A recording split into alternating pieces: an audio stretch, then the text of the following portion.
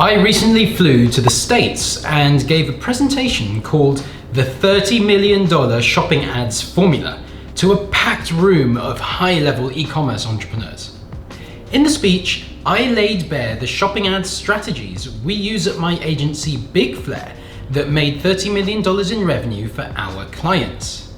Didn't attend the conference? No worries. Today, I have for you a full recording of my speech and presentation so you too can know how to optimize and scale Google shopping ads. Stay tuned because I am going to show you how to set your ROAS targets correctly, how to test performance max campaigns, writing profit maximizing product titles, and a whole lot more. In the presentation, I will also reveal what I think is the #1 most important skill when it comes to getting shopping ads right.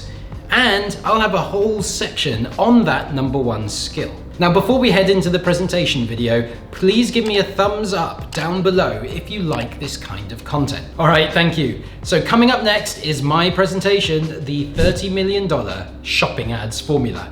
Enjoy.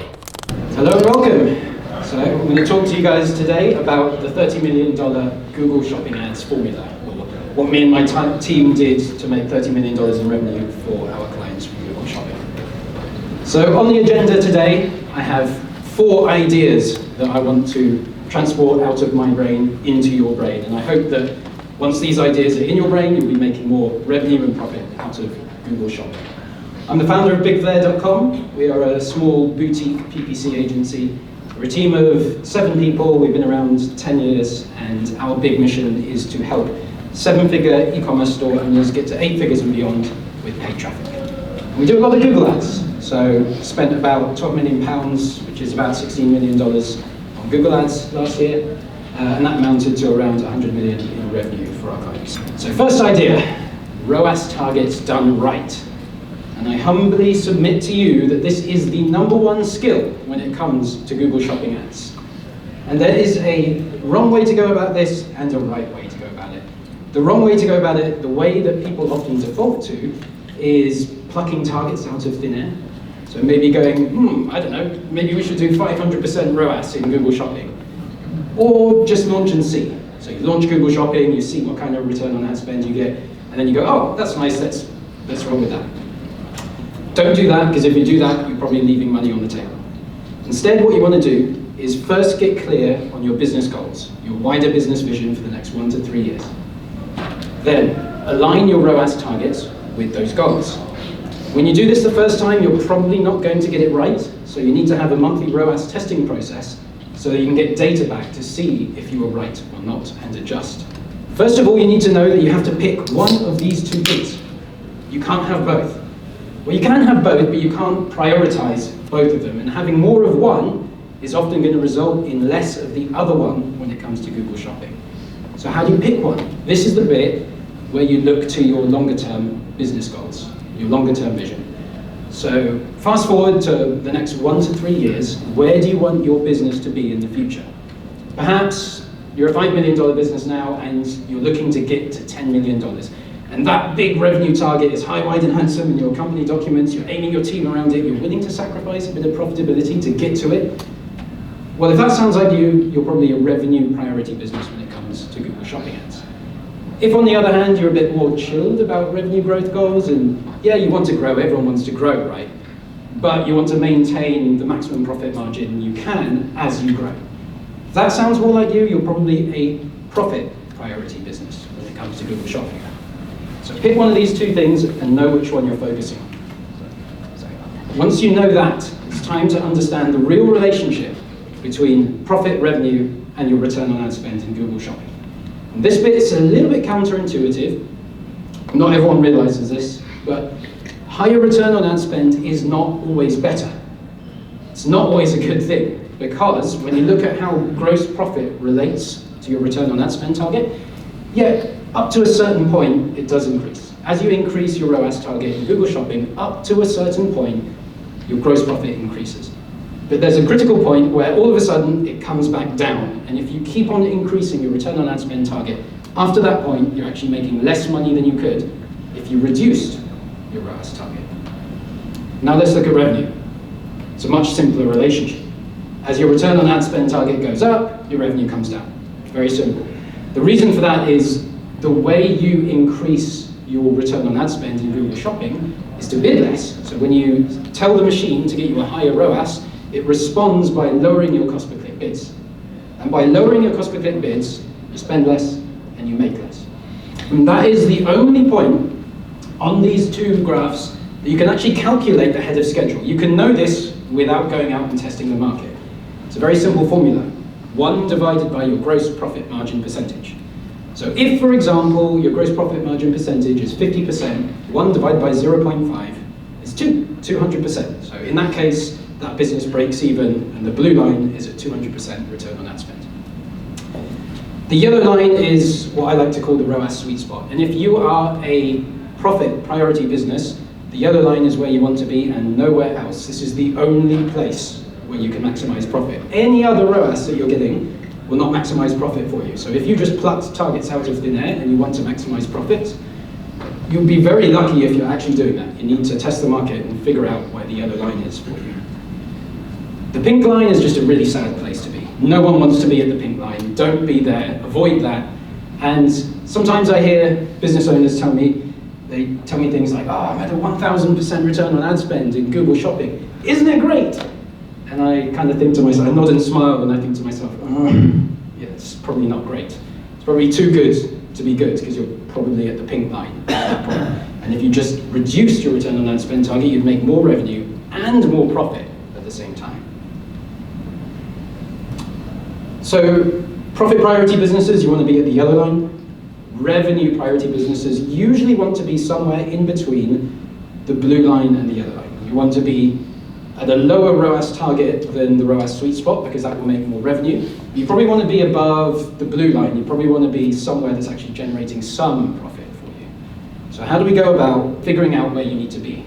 This is a very simple monthly ROAS testing process. Select a ROAS target, wait 1 month. Analyze the data. You want to look at your spend, your revenue, calculate your gross profit, put that on the table as well, and put your ROAS on there as well. Then go back to the drawing board, select a new ROAS target, test that for a month. Keep repeating this process for 3 to 6 months, however long it takes. At the end of that process, you should have a nice table that gives you a clearer picture of what ROAS target you can then lock in. At that point, you just lock in the ROAS target and go and worry about other higher leverage things in your business. So let's illustrate that with some example numbers. I know we all love numbers. So this business, it has a gross profit margin of 50%, which means it breaks even at 200%. Hence, that top row, 200% ROAS target, nets 0 gross profit. So if we were to test that for a month, we might find that it spends 200, it makes 400, and gets no gross profit. Okay, so then we go for another 3 months of testing, and we test 3 different ROAS targets. At 300%, we find it spends less, only spends 100, makes 300 and gets a 50 gross profit.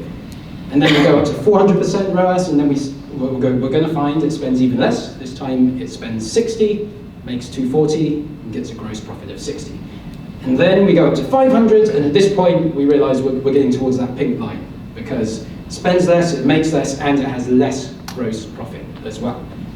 So if this business is a profit priority business, and they're a bit more chilled on their growth goals, and they just want to maximize gross profit, they would lock in the 400% ROAS target.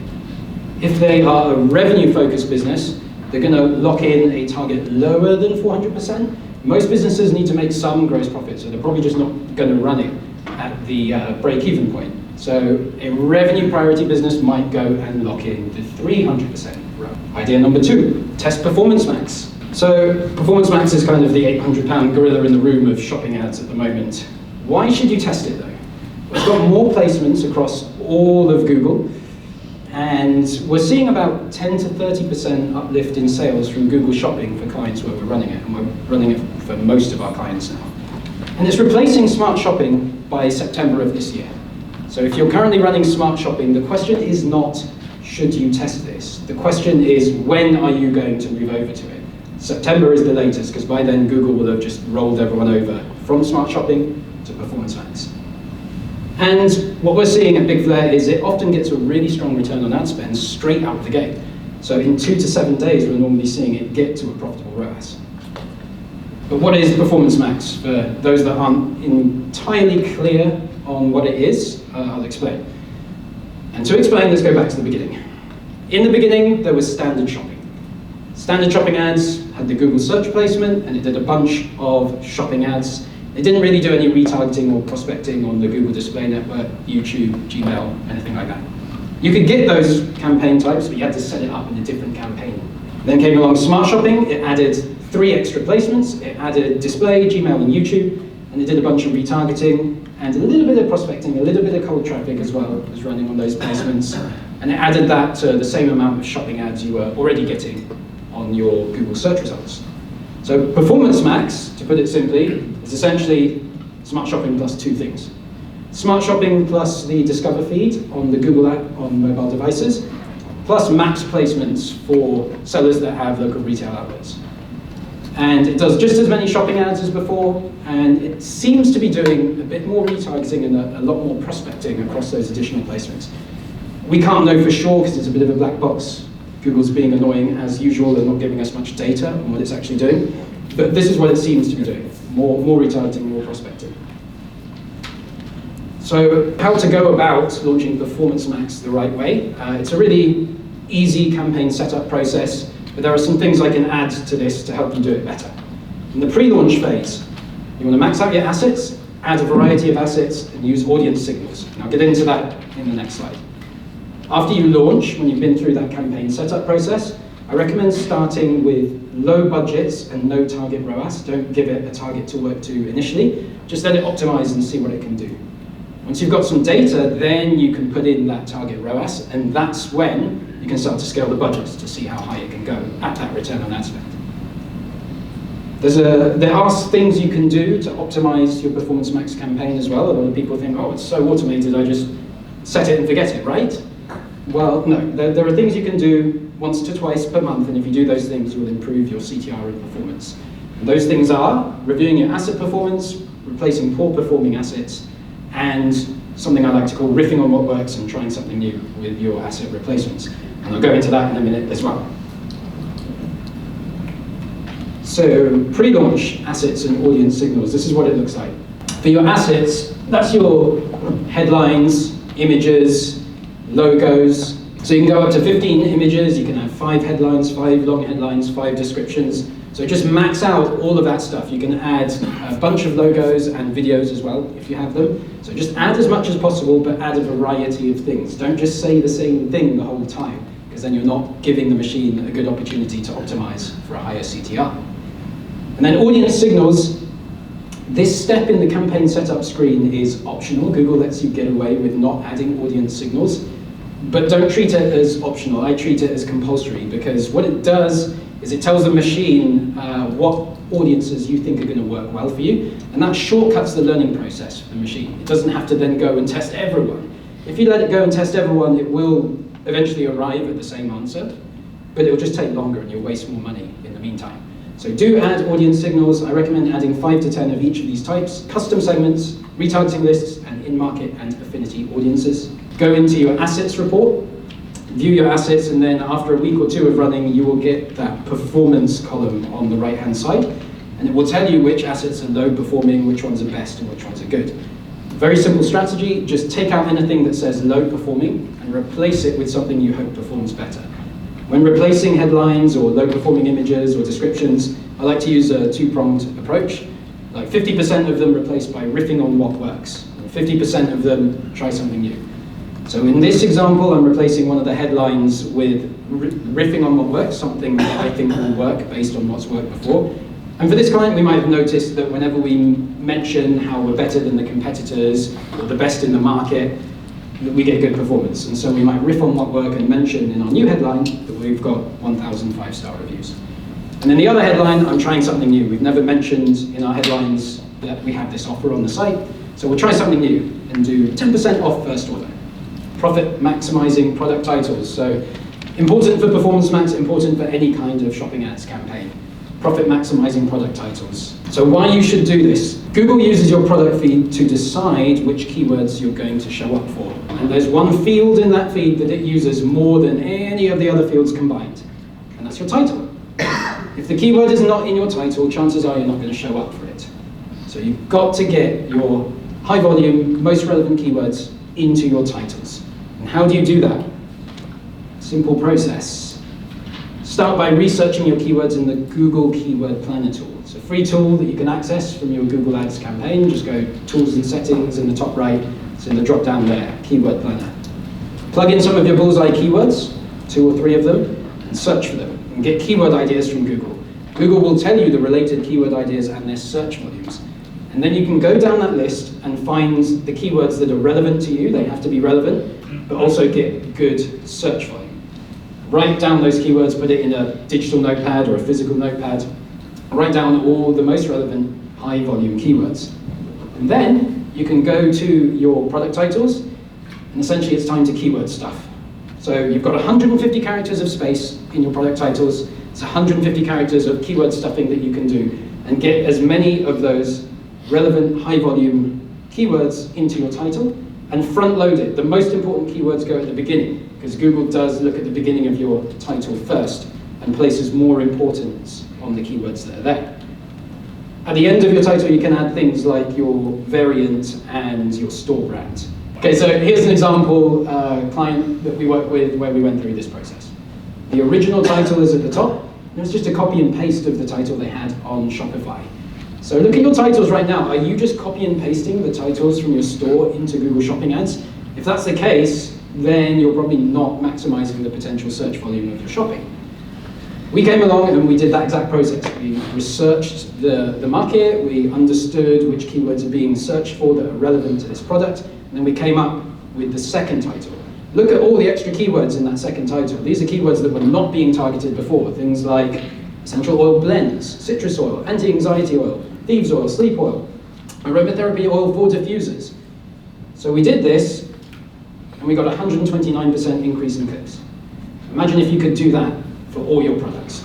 Now you asked about how to deal with large product lists. Yeah, it's like if you've got 15,000 SKUs, you're never going to have time to do this manually for every single product.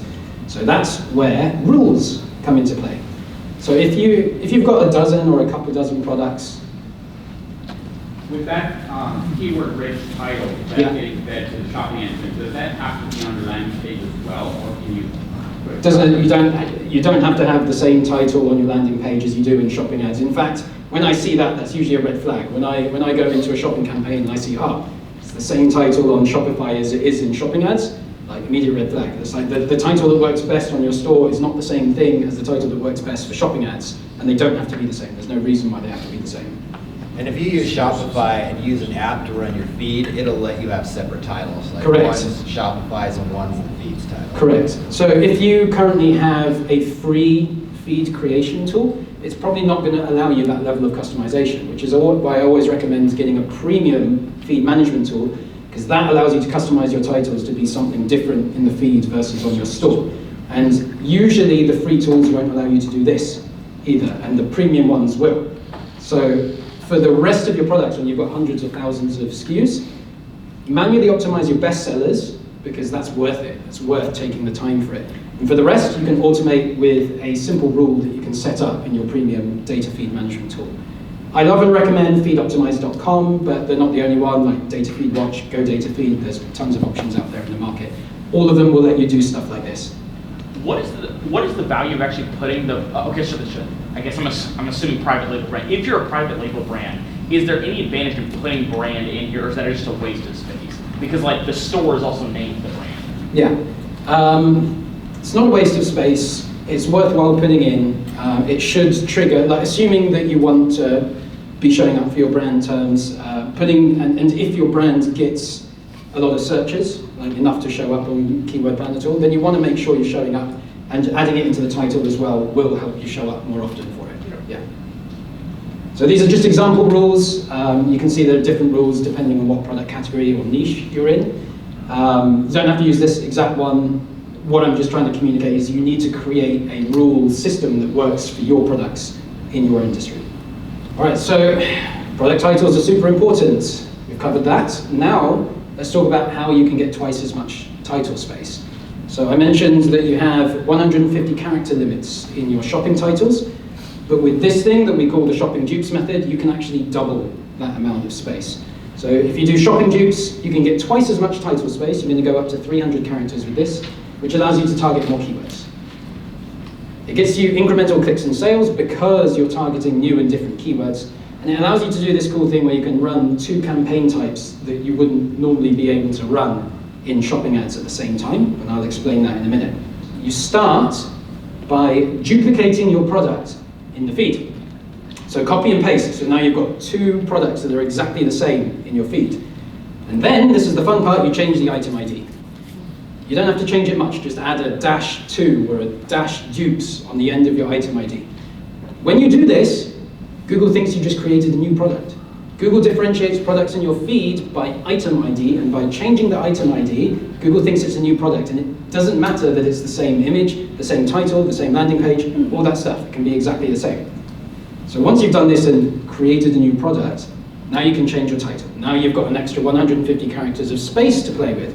And this is where you can stuff in even more keywords. Like maybe when you were researching keywords before, you got to 150 characters and you're like, oh, there's all these keywords down here, but they didn't make the cut. So now you can get those keywords into your duplicated product title. Launch the duped products in a new campaign. So here's an example. Back to that title I showed you just now. The original title after we optimized it was this, Essential Oil Blends. We duplicated it and then went after a bunch of new keyword ideas that didn't make the first cut, but were worth trying in the duped title. So you can see the second title has a bunch of keywords that are just different, like best aromatherapy oils gift set. We even went a little bit out there for this one, and we went with perfect gift for mum, because Mother's Day in the UK was coming up. Launch the duplicated products into a new campaign type. So what we often do is we'll just take the 20% of best sellers and do shopping dupes just for those guys. And then you can do stuff like this. You can run your original products in Performance Max and get the value of getting the extra volume from Performance Max. Performance Max tends to be higher volume because it's got all those extra placements. Normally, if you try and run the same product in Performance Max and Standard Shopping, you may notice this, your Standard Shopping products get 0 spent because Google budget prioritizes Performance Max. And if you run them at the same time, Standard Shopping just gets nothing. With this, because Google thinks the duped product is a different product and it's targeting different keywords because you varied up the title, you can actually get spend on shopping, Standard Shopping at the same time. So it's like the best of both worlds. You get the volume of Performance Max, but you get the extra data of Standard Shopping. Most importantly, you're going to get more search term data. And what I recommend doing that is just scan that search term data like once a week or a couple of times a month. And anything that converts, add it to your search text ads campaign, because if it converts in shopping, it stands to reason that it can convert in search as well. That was everything. So your to-do list. Do monthly ROAS testing to maximize profit revenue. Set up and test Performance Max. Stuff keywords into your product title. And then go and do shopping dupes and get even more keywords into your product titles. 4 things that I hope will make you more revenue and profit. Thank you very much. I've been Daryl. You can find me there on the forums. DM me there, I'm pretty active. Thank you. Now, there was a lot to unpack in this presentation, and I hope you got something valuable out of it. The ideas I shared are, as always, a continuously evolving set of practices for us at my PPC agency, Big Flare. I'm super interested to know if anyone else is doing similar things and has any insights they'd like to share too. Let me know in the comments below.